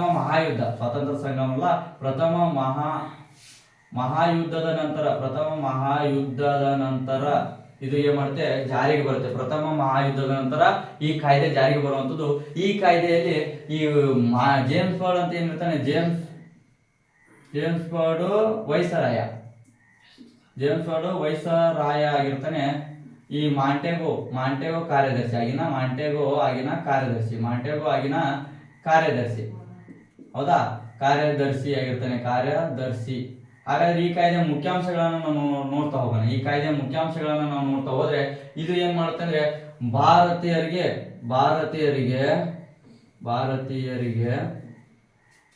ಸರ್ಕಾರ ರಚಿಸಲು ಜವಾಬ್ದಾರಿ ಸರ್ಕಾರ ರಚಿಸಲು ಅವಕಾಶ ಕೊಡುತ್ತೆ. ನೋಡಿ, ಭಾರತೀಯರಿಗೆ ಜವಾಬ್ದಾರಿ ಸರ್ಕಾರ. ನಾನು ಒಂದೊಂದು ಪಾಯಿಂಟ್ಸ್ ಬಿಟ್ಟಿರ್ತೀನಿ, ಯಾಕಂದ್ರೆ ನನಗೆ ಲೆಂತ್ ಆಗುತ್ತೆ ಅನ್ನೋದಕ್ಕೋಸ್ಕರ ಒಂದೊಂದು ವರ್ಡ್ ನ ಬಿಟ್ಟಿರ್ತೀನಿ. ನಾನು ಹೇಳುವಾಗ ಅದನ್ನು ನೀವು ನೋಟ್ ಮಾಡ್ಕೊಂಡ್ರೆ ಮಾತ್ರ ಕರೆಕ್ಟ್ ಆಗಿ ಓದೋದಕ್ಕೆ ಅರ್ಥ ಆಗೋದು. ನೀವು ಕೇಳೋದಕ್ಕೆ ಚಂದ, ಬಟ್ ಓದ್ಬೇಕಂದ್ರೆ ನೋಟ್ ಮಾಡ್ಕೊಳ್ಳೇಬೇಕು. ಯಾಕಂದ್ರೆ ಇಲ್ಲಿ ಕೆಲವೊಂದಿಷ್ಟು ವಿಷಯಗಳನ್ನ ಬಾಯಿಂದ ಹೇಳ್ತೀವಿ, ಬರೆಯಕ್ಕಾಗಿರೋದಿಲ್ಲ. ಅದಕ್ಕೋಸ್ಕರ ನಾನು ಹೇಳುವಾಗ ನೋಟ್ ಮಾಡ್ಕೊಂಡು ಪ್ರತಿಯೊಬ್ರು ಯಾವುದೇ ಸಬ್ಜೆಕ್ಟ್ ಇರಲಿ, ನೀವು ಏನಾದ್ರು ಕ್ಲಾಸ್ ಕೇಳಬೇಕಂದ್ರೆ ನೋಟ್ ಮಾಡ್ಕೊಂಡ್ರೆ ಮಾತ್ರ ನಿಮ್ಗೆ ಈಸಿ ಆಗುತ್ತೆ ಓದೋದಕ್ಕೆ. ಅದಕ್ಕೋಸ್ಕರ ಈ ಕಾಯ್ದೆ ಮುಖಾಂತರ ಏನ್ ಮಾಡ್ತಾರೆ, ಭಾರತೀಯರಿಗೆ ಜವಾಬ್ದಾರಿ ಸರ್ಕಾರ ರಚಿಸಲು ಅವಕಾಶ ಕೊಡಲಾಗುತ್ತೆ. ಈ ಕಾಯ್ದೆ ಮುಖಾಂತರ ವೈಸರಾಯನಿಗೆ ವೀಟೋ ಅಧಿಕಾರ ಇರುತ್ತೆ. ವೈಸರಾಯನಿಗೆ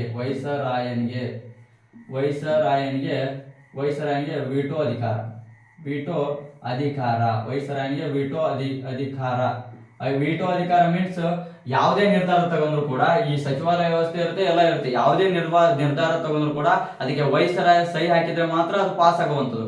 ವೈಸರಾಯ ಸಹಿ ಹಾಕ್ಲಿಲ್ಲ ಅಂದ್ರೆ ಅದು ವೀಟೋ ಅಧಿಕಾರ ಅಂತ ಇರುತ್ತೆ. ಚಲಾವಣೆ ಮಾಡಿದ್ರೆ ಅಂದ್ರೆ ವೀಟೋ ಅಧಿಕಾರ ಅಂದ್ರೆ ಅವ್ರು ಸಹಿ ಹಾಕ್ಲಿಲ್ಲ ಅಂದ್ರೆ ಆ ಕಾಯ್ದೆ ಯಾವುದು ಪಾಸ್ ಆಗಂಗಿಲ್ಲ. ಅಂದ್ರೆ ಪರಮೋಚ್ಚ ಅಧಿಕಾರ, ಅದ ಸಹಿ ಹಾಕಿದ್ರೆ ಮಾತ್ರ ಅದು ಚಲಾವಣೆ ಆಗುವಂಥದ್ದು. ಆ ವೀಟೋ ಅಧಿಕಾರ ಅಂದ್ರೆ ಪರಮೋಚ್ಚ ಅಧಿಕಾರವನ್ನ ಈ ವೈಸರಾಯನ ಕೈಯಲ್ಲಿ ಕೊಡ್ತಾರೆ. ಅಂದ್ರೆ ನಾವು ಇವಾಗ ನಮ್ಮ ರಾಷ್ಟ್ರಪತಿ ಅಂತ ಹೇಳ್ತೀವಿ. ಯಾವುದೇ ಕಾರ್ಯಗಳಾಗಬೇಕಂದ್ರೂ, ಕೇಂದ್ರ ಸರ್ಕಾರದಿಂದ ಯಾವುದೇ ಕಾರ್ಯಗಳಾಗಬೇಕಂದ್ರೂ ಅದಕ್ಕೆ ರಾಷ್ಟ್ರಪತಿಯ ಸಹಿ ಆಗ್ಬೇಕು. ರಾಷ್ಟ್ರಪತಿಯ ಸಹಿ ಆಗ್ಲಿಲ್ಲ ಅಂದ್ರೆ ಅದು ಯಾವುದೇ ಕಾರ್ಯ ಆಗೋದಿಲ್ಲ. ಅದಕ್ಕೋಸ್ಕರ ನಾವೇನ್ ಮಾಡ್ತೀವಿ, ಇಲ್ಲಿ ವೈಸರಾಯ ಪರಮೋಚ್ಚವಾಗಿರ್ತಾನೆ. ವೈಸರಾಯನ ಸಹಿ ಆದ್ರೆ ಮಾತ್ರ ಎಲ್ಲ ಆಗ್ತಿರುತ್ತೆ. ಅದಕ್ಕೋಸ್ಕರ ವೈಸರಾಯನಿಗೆ ಪರಮೋಚ್ಚ ಅಧಿಕಾರ ಅನ್ನೋ ಉದ್ದೇಶದಿಂದ ವೀಟೋ ಅಧಿಕಾರ ವೈಸರಾಯನಿಗೆ ಕೊಡ್ತಾರೆ. ಇದಾದ್ಮೇಲೆ ಮೂರನೇ ಪಾಯಿಂಟ್ ಬರುತ್ತೆ, ಇದು ಕೇಂದ್ರ ಬಜೆಟ್ನಿಂದ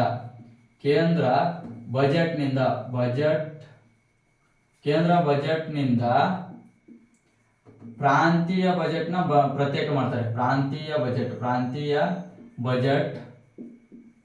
ಪ್ರತ್ಯೇಕ. ನೋಡಿ, ಪ್ರಪ್ರಥಮ ಬಾರಿಗೆ ಕೇಂದ್ರ ಬಜೆಟ್ನಿಂದ ಪ್ರಾಂತೀಯ ಬಜೆಟ್ ಅನ್ನು ಪ್ರತ್ಯೇಕ ಮಾಡಿದಂತ ಕಾಯ್ದೆ ಯಾವುದಂದ್ರೆ 1919ರ ಮಾಂಟೆಗೋ ಜೇಮ್ಸ್ ಬರ್ಡ್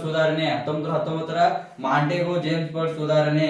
ಈ ಕಾಯ್ದೆ ಮುಖಾಂತರ ಕೇಂದ್ರ ಬಜೆಟ್ನಿಂದ ಪ್ರಾಂತೀಯ ಬಜೆಟ್ ಅನ್ನು ಪ್ರತ್ಯೇಕ ಮಾಡ್ತಾರೆ. ಅದಾದ್ಮೇಲೆ ಈ ಭಾರತವನ್ನ ಏನಂತ ಹೇಳ್ತಾರೆ, ಇವರು ಭಾರತವನ್ನ ಬ್ರಿಟನ್ನಿನ ಒಂದು ಪ್ರಾಂತ್ಯವನ್ನಾಗಿ ಉಳಿಸ್ಕೊಂತೀವಿ ಅಂತ ಹೇಳ್ತಾರೆ. ಒಂದು ಪ್ರಾಂತ್ಯವನ್ನಾಗಿ ಬ್ರಿಟನ್ನ ಒಂದು ಪ್ರಾಂತ್ಯವನ್ನಾಗಿ ಉಳಿಸ್ಕೊಂತೀವಿ ಅಂತ ಹೇಳ್ತಾರೆ. ಅದಾದ್ಮೇಲೆ ನೆಕ್ಸ್ಟ್ ಬರುತ್ತೆ 5ನೇ ಪಾಯಿಂಟ್ಸ್ ಬಂದ್ಬಿಟ್ಟು ಕೇಂದ್ರ ಶಾಸಕಾಂಗದ ವಿಷಯಗಳನ್ನ 2 ವಿಭಾಗದಲ್ಲಿ ವಿಂಗಡಣೆ ಮಾಡ್ತಾರೆ. ಒಂದು ಕೇಂದ್ರ ಪಟ್ಟಿ, ಇನ್ನೊಂದು ಪ್ರಾಂತೀಯ ಪಟ್ಟಿ ಅಂತೇಳಿ. ಕೇಂದ್ರ ಪಟ್ಟಿ ಮತ್ತು ಪ್ರಾಂತೀಯ ಪಟ್ಟಿ. ಕೇಂದ್ರದ ವಿಷಯಗಳನ್ನ ಶಾಸಕಾಂಗದ ವಿಷಯಗಳನ್ನ 2 ರೀತಿ ವಿಂಗಡಣೆ ಮಾಡಿ ಒಂದು ಕೇಂದ್ರ ಪಟ್ಟಿ, ಒಂದು ಪ್ರಾಂತೀಯ ಪಟ್ಟಿ ಅಂತೇಳಿ 2 ವಿಷಯಗಳನ್ನ ಮಾಡ್ತಾರೆ. ಅದರ ನೆಕ್ಸ್ಟ್ ಬರುತ್ತೆ ದ್ವಿಸದನ ಅಂದ್ರೆ ಕೇಂದ್ರದಲ್ಲಿ ಇದು ನೆನಪಿರ್ಬೇಕು. ಎಲ್ಲಿ ಅಂದ್ರೆ ಕೇಂದ್ರದಲ್ಲಿ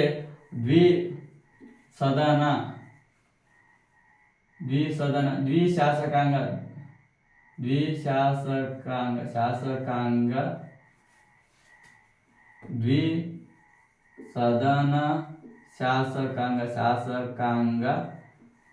ಸ್ಥಾಪನೆ. ದ್ವಿಸದನ ಶಾಸಕಾಂಗ ಸ್ಥಾಪನೆಯಲ್ಲಿ ಕೇಂದ್ರದಲ್ಲಿ, ಇದು ಇಂಪಾರ್ಟೆಂಟ್, ಕೇಂದ್ರದಲ್ಲಿ ದ್ವಿಸದನ ಶಾಸಕಾಂಗ ಸ್ಥಾಪನೆ ಮಾಡ್ತಾರೆ. ದ್ವಿಸದನ ಅಂದ್ರೆ ಮೇಲ್ಮನೆ ಮತ್ತು ಕೆಳಮನೆ ಅಂತ ಏನ್ ಹೇಳ್ತೀವಿ. ಅಂದ್ರೆ ರಾಜ್ಯಸಭೆ, ಲೋಕಸಭೆ.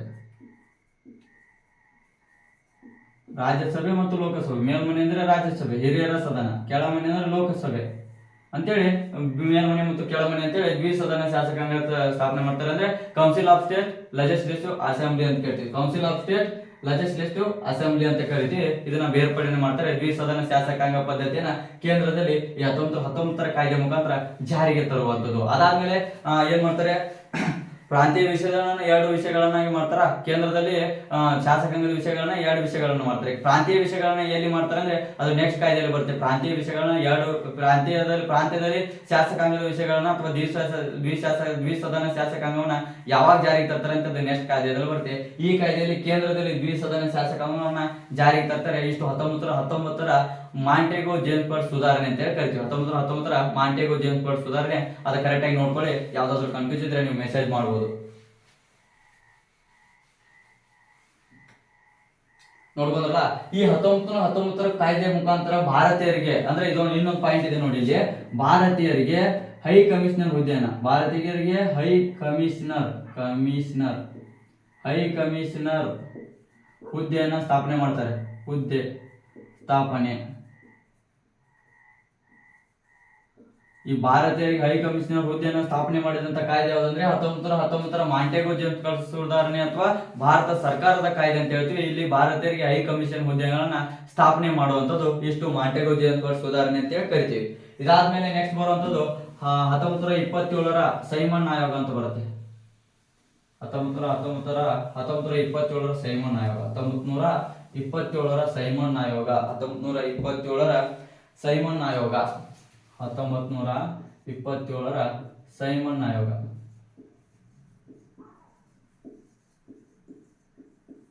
ಈ 1927 ಸೈಮನ್ ಆಯೋಗ ಏನ್ ಮಾಡುತ್ತೆ ಅಂದ್ರೆ, ಈ ಸೈಮನ್ ನೇತೃತ್ವದಲ್ಲಿ 7 ಜನ ಸದಸ್ಯರನ್ನ ಹೊಂದಿರುತ್ತೆ. ಇದು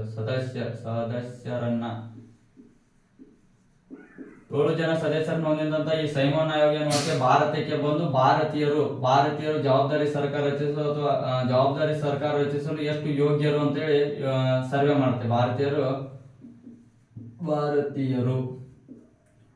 ಜವಾಬ್ದಾರಿ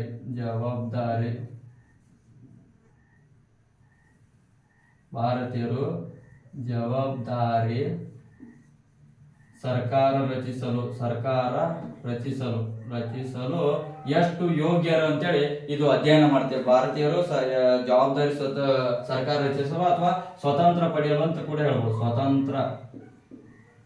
ಭಾರತೀಯರು ಜವಾಬ್ದಾರಿ ಸರ್ಕಾರ ರಚಿಸಲು ಮೀನ್ಸ್ ಸ್ವತಂತ್ರ ಪಡೆಯಲು, ಜವಾಬ್ದಾರಿ ಸರ್ಕಾರ ರಚಿಸಲು ಅಥವಾ ಸ್ವತಂತ್ರ ಪಡೆಯಲು ಎಷ್ಟು ಯೋಗ್ಯರು ಅನ್ನೋದನ್ನ ಈ 1927 ಸೈಮನ್ ಆಯೋಗ ಒಂದು ಚರ್ಚೆಯನ್ನು ಮಾಡುತ್ತೆ ಅಥವಾ ಅದರ ಬಗ್ಗೆ ಸಂಪೂರ್ಣವಾಗಿ ವಿವರವನ್ನ ನೀಡುತ್ತೆ. ಅಂದ್ರೆ ಭಾರತೀಯರು ಜವಾಬ್ದಾರಿ ಸರ್ಕಾರ ರಚಿಸಲು ಅಥವಾ ಸ್ವತಂತ್ರ ಘೋಷಣೆ ಮಾಡ್ಕೊಳ್ಳೋ ಅಥವಾ ಸ್ವತಂತ್ರ ಪಡೆಯಲು ಯೋಗ್ಯರು ಅದಾರೋ ಇಲ್ಲ ಅನ್ನೋದನ್ನ ವರದಿ ಮಾಡಲಿಕ್ಕೆ ಈ ಸೈಮನ್ ಆಯೋಗ ಬರುತ್ತೆ. ಜೊತೆಗೆ ಭಾರತೀಯರು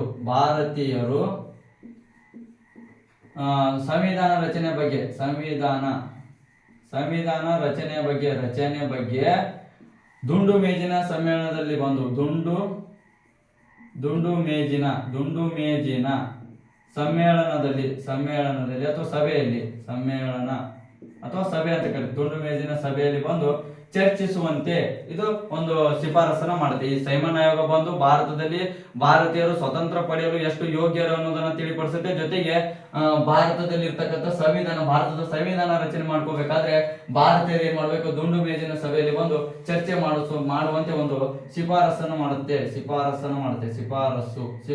ಮಾಡುತ್ತೆ. ಇದನ್ನ ಭಾರತೀಯರು ತಿರಸ್ಕರಿಸಿದರು. ಭಾರತೀಯರು ಇದನ್ನ ತಿರಸ್ಕರಿಸಿದರು. ಯಾಕೆ ತಿರಸ್ಕರಿಸಿದ್ರು ಅಂದ್ರೆ ಈ 7 ಜನ ಸದಸ್ಯರಿರುವಂತಹ ಈ ಸೈಮನ್ ಆಯೋಗದಲ್ಲಿ ಒಬ್ಬರು ಕೂಡ ಭಾರತೀಯರು ಇರದೇ ಇರೋದ್ರಿಂದ ಇದನ್ನ ಬಿಳಿಯರ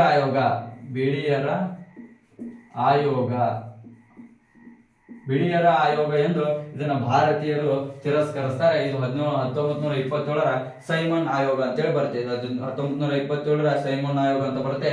ಇದಾದ್ಮೇಲೆ ನೆಕ್ಸ್ಟ್ ಬರುವಂತದ್ದು 1935ರ ಭಾರತ ಸರ್ಕಾರ ಕಾಯ್ದೆ. ಇದು ವೆರಿ ವೆರಿ ಇಂಪಾರ್ಟೆಂಟ್ ಆಗಿರುವಂತಹ ಒಂದು ಕಾಯ್ದೆ. 1935ರ ಭಾರತ ಸರ್ಕಾರ ಕಾಯ್ದೆ ಅಂತ ಬರುತ್ತೆ. 1935ರ ಭಾರತ ಸರ್ಕಾರ ಕಾಯ್ದೆ 1935ರ ಭಾರತ ಸರ್ಕಾರ ಕಾಯ್ದೆ ಬರುತ್ತೆ. ಈ ಕಾಯ್ದೆ ಮುಖ್ಯಾಂಶಗಳನ್ನು ನಾವು ನೋಡೋದಕ್ಕೆ ಮುಂಚೆ ಈ ಕಾಯ್ದೆನ ಭಾರತ ಸಂವಿಧಾನದ ನೀಲನಕ್ಷೆ ಅಂತ ಕರಿತೀವಿ ನಾವು. ಇದನ್ನ ನೀಲನಕ್ಷೆ ಏನಂತ ಕರಿತೀವಿ? ಭಾರತ ಸಂವಿಧಾನದ ನೀಲನಕ್ಷೆ ಅಂತ ಕರಿತೀವಿ. ಯಾಕೆ ಕರಿತೀವಿ ಅಂದ್ರೆ ಈ 1935ರ ಕಾಯ್ದೆಯ ಹಲವಾರು ವಿಷಯಗಳನ್ನ ಭಾರತದ ಸಂವಿಧಾನದಲ್ಲಿ ಅಳವಡಿಕೆ ಮಾಡಿಕೊಂಡಿದ್ದರಿಂದ, ಭಾರತದ ಸಂವಿಧಾನದಲ್ಲಿ 1935ರ ಕಾಯ್ದೆಯ ಸಾಕಷ್ಟು ವಿಚಾರಗಳನ್ನ ಎರವಲು ಪಡೆದುಕೊಂಡಿದ್ದರಿಂದ ಇದನ್ನ ಭಾರತ ಸಂವಿಧಾನದ ನೀಲನಕ್ಷೆ ಅಂತ ಹೇಳಿ ಕರಿತೀವಿ. ಹಾಗಾಗಿ 1935ರ ಕಾಯ್ದೆಯಲ್ಲಿ 321 ವಿಧಿಗಳು. 1935ರ ಕಾಯ್ದೆಯಲ್ಲಿ 321 ವಿಧಿಗಳು ಮತ್ತು 10 ಅನುಸೂಚಿಗಳು. 321 ವಿಧಿಗಳು ಮತ್ತು 10 ಅನುಸೂಚಿಗಳನ್ನು ಹೊಂದಿತ್ತು. 321 ವಿಧಿಗಳು ಮತ್ತು 10 ಅನುಸೂಚಿಗಳನ್ನ ಈ 1935ರ ಕಾಯ್ದೆ ಹೊಂದಿತ್ತು. ಜೊತೆಗೆ ಇದನ್ನ ಭಾರತದ ಸಂವಿಧಾನದ ನೀಲನಕ್ಷೆ ಅಂತ ಕೂಡ ನಾವು ಕರಿತಾ ಹೋಗ್ತೀವಿ. ಅದಾದ್ಮೇಲೆ ಇದರ ಮುಖ್ಯಾಂಶಗಳನ್ನು ನೋಡ್ತಾ ಹೋದ್ರೆ ಮೊದಲನೇದಾಗಿ ಶಾಸಕಾಂಗದ ವಿಷಯಗಳನ್ನ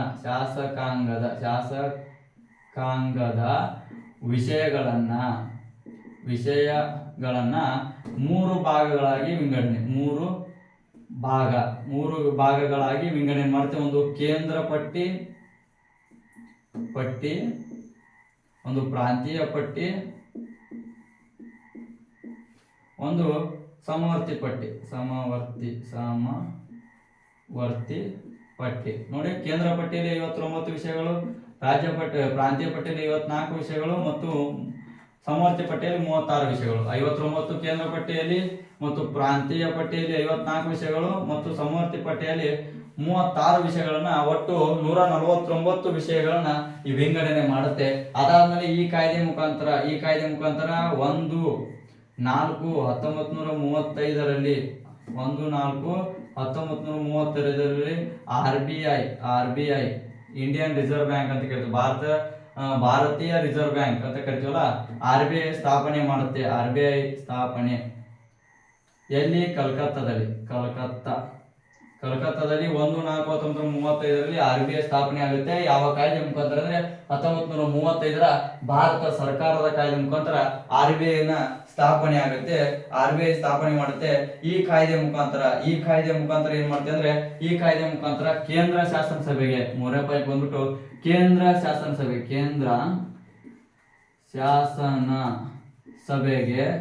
ಶಾಸನಸಭೆಗೆ ಪಾರ್ಲಿಮೆಂಟ್ ಎಂದು ಪಾರ್ಲಿಮೆಂಟ್ ಅಂತೇಳಿ ಮರುನಾಮಕರಣ ಮಾಡ್ತಾರೆ. ಮರುನಾಮಕರಣ ಮಾಡ್ತಾರೆ. ಪಾರ್ಲಿಮೆಂಟ್ ಮೀನ್ಸ್ ಈಗಿನ ಸಂಸತ್ತು ಅಂತ ಏನ್ ಕರಿತೀವಿ, ಪಾರ್ಲಿಮೆಂಟ್ ಅಂದ್ರೆ ಈಗಿನ ಸಂಸತ್ತು. ಕೇಂದ್ರ ಶಾಸನ ಸಭೆಗೆ ಪಾರ್ಲಿಮೆಂಟ್ ಎಂದು ಮರುನಾಮಕರಣ ಮಾಡಿದಂತ ಶಾಸನ ಅಥವಾ ಮರುನಾಮಕರಣ ಮಾಡಿದಂತ ಕಾಯ್ದೆ ಯಾವುದಂದ್ರೆ 1935 ಭಾರತ ಸರ್ಕಾರ ಕಾಯ್ದೆ ಅಂತ ಹೇಳ್ಬೋದು. ಜೊತೆಗೆ 4ನೇ ಪಾಯಿಂಟ್ ಬಂದ್ಬಿಟ್ಟು ಪ್ರಾಂತ್ಯದಲ್ಲಿ ದ್ವಿಶಾಸಕಾಂಗ ಪದ್ಧತಿ.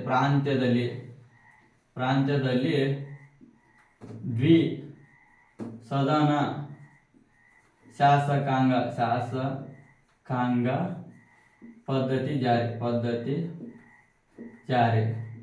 ನೋಡಿ, ಕೇಂದ್ರದಲ್ಲಿ ದ್ವಿಸದನ 1919 ಮಾಂಟೆಗೋ ಜೆಮ್ಸ್ಬರ್ಗ್ ಸುಧಾರಣೆ. ಆದ್ರೆ ಪ್ರಾಂತ್ಯದಲ್ಲಿ ದ್ವಿಸದನ ಯಾವ್ದಂದ್ರೆ 1935 ಭಾರತ ಸರ್ಕಾರ ಕಾಯ್ದೆ ಅಂತ ಹೇಳ್ತೀವಿ.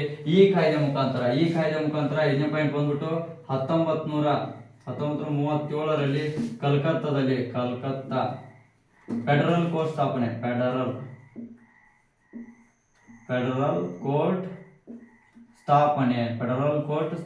ಆಗುತ್ತೆ. 1937ರಲ್ಲಿ ಈ ಕಾಯ್ದೆ ಮುಖಾಂತರ ಕಲ್ಕತ್ತಾದಲ್ಲಿ ಫೆಡರಲ್ ಕೋರ್ಟ್ ಸ್ಥಾಪನೆ ಆಗುತ್ತೆ. ಈ ಇದು ಕಲ್ಕತ್ತಾ ದೆಹಲಿ.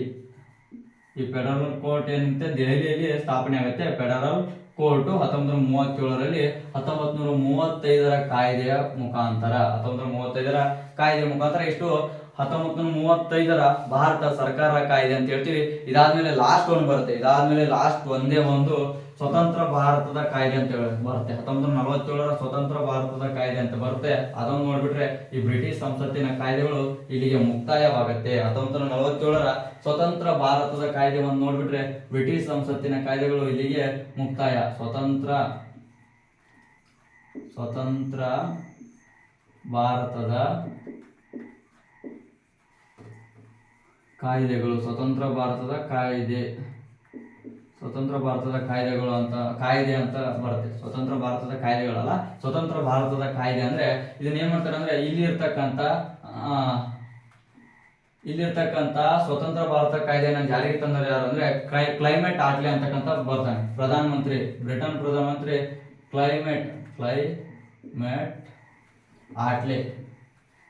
ಕ್ಲೈಮೇಟ್ ಆಟ್ಲೆ ಅಂತಕ್ಕಂಥ ವ್ಯಕ್ತಿ ಏನ್ ಮಾಡ್ತಾನೆ 22/1947 ಒಂದು ಘೋಷಣೆಯನ್ನು ಹೊರಡಿಸ್ತಾನೆ. ಅದು ಘೋಷಣೆ ಏನಂದ್ರೆ ನಾವು ಬ್ರಿಟಿಷರು ಏನ್ ಮಾಡ್ತೀವಿ 30/6/1948 ಹೊತ್ತಿಗೆ ಈ ಕ್ಲೈಮೇಟ್ ಆಟ್ಲೆ ಏನ್ ಮಾಡ್ತಾನೆ 22/1947 ಒಂದು ಘೋಷಣೆಯನ್ನ ಹೊರಡಿಸ್ತಾನೆ. ನಾವು 30/6/1948 ಹೊತ್ತಿಗೆ ಭಾರತದಲ್ಲಿ ಬ್ರಿಟಿಷರ ಆಡಳಿತವನ್ನ ಕೊನೆಗೊಳಿಸಿ ಸಂಪೂರ್ಣವಾಗಿ ಭಾರತೀಯರಿಗೆ ಆಡಳಿತವನ್ನ ಅಥವಾ ಸ್ವಾತಂತ್ರ್ಯವನ್ನ ಹಸ್ತಾಂತರಿಸ್ತೇವೆ ಅಂತೇಳಿ ಒಂದು ಘೋಷಣೆಯನ್ನು ಹೊರಡಿಸ್ತಾನೆ. ಇದು ಭಾರತೀಯ ಅಥವಾ ಬ್ರಿಟಿಷ್ ಸಂಸತ್ತಿನ ಕೊನೆಯ ಲಿಖಿತ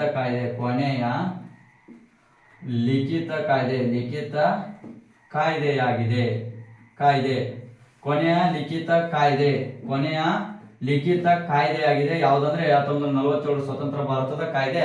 ಇಷ್ಟು ಬ್ರಿಟಿಷ್ ಸಂಸತ್ತಿನ ಕಾಯ್ದೆಗಳು. ನೋಡಿ, ವಿಡಿಯೋ ಲೆಂತ್ ಆಗಿರ್ಬೇಕು ಅನ್ಕೊಂತೀನಿ. ವಿಡಿಯೋ ಲೆಂತ್ ಆಗಿದೆ ಪರವಾಗಿಲ್ಲ. ಸಾಕಷ್ಟು ವಿಷಯಗಳನ್ನ ಹೇಳಿದೀನಿ, ಯಾವುದೇ ಪಾಯಿಂಟ್ ಗಳನ್ನ ಬಿಟ್ಟಿಲ್ಲ. ಸಾಕಷ್ಟು ವಿಚಾರಗಳನ್ನ ನಾನು ಚರ್ಚೆ ಮಾಡಿದೀನಿ. ವಿಡಿಯೋ ಲೆಂತ್ ಆದ್ರೆ ಖಂಡಿತವಾಗಿ ನೋಡ್ಕೊಂಡ್ ಬನ್ನಿ, ಇದು ನಿಮ್ಗೆ ಯೂಸ್ ಆಗುತ್ತೆ ಅಂತ ಹೇಳ್ತಾ ಜೊತೆಗೆ ಇವತ್ತಿನ ವಿಡಿಯೋ ಇಲ್ಲಿಗೆ ಮುಗಿಸ್ತಾ ಇದ್ದೀನಿ. ಮತ್ತೊಂದು ವಿಡಿಯೋದಲ್ಲಿ ಇದೇ ತರದ ಹೆಚ್ಚಿನ ಚಾಪ್ಟರ್ ಏನಾದ್ರು ಬೇಕಂದ್ರೆ ನಮ್ಮ ಚಾಲುಕ್ಯ ಕರಿಯರ್ ಅಕಾಡೆಮಿ ಅನ್ನುವಂತ ಯೂಟ್ಯೂಬ್ ಚಾನಲ್ಗೆ ಸಬ್ಸ್ಕ್ರೈಬ್ ಮಾಡ್ಕೊಳ್ಳಿ. ಹಾಗೆ ಪಕ್ಕದಲ್ಲಿ ಇರ್ತಕ್ಕಂಥ ಬೆಲ್ ಐಕನ್ ಪ್ರೆಸ್ ಮಾಡ್ಕೊಳ್ಳಿ ಅಂತ ಹೇಳ್ತಾ, ನೀವೇನಾದ್ರೂ ನಮಗೆ ಸಪೋರ್ಟ್ ಮಾಡ್ಬೇಕಂತ ಅನ್ನಿಸ್ತಂದ್ರೆ ಈ ವಿಡಿಯೋನ ಜಸ್ಟ್ ನಿಮ್ಮ ಗ್ರೂಪ್ ಗಳಿಗೆ, ನಿಮ್ಮ ಸ್ನೇಹಿತರಿಗೆ ಶೇರ್ ಮಾಡಿ ಅಂತ ಹೇಳ್ತಾ ಮತ್ತೊಂದು ವಿಡಿಯೋದಲ್ಲಿ ಸಿಗೋಣ. ಎಲ್ಲರಿಗೂ ವಿಡಿಯೋ ನೋಡೋದಕ್ಕೆ ಧನ್ಯವಾದಗಳು.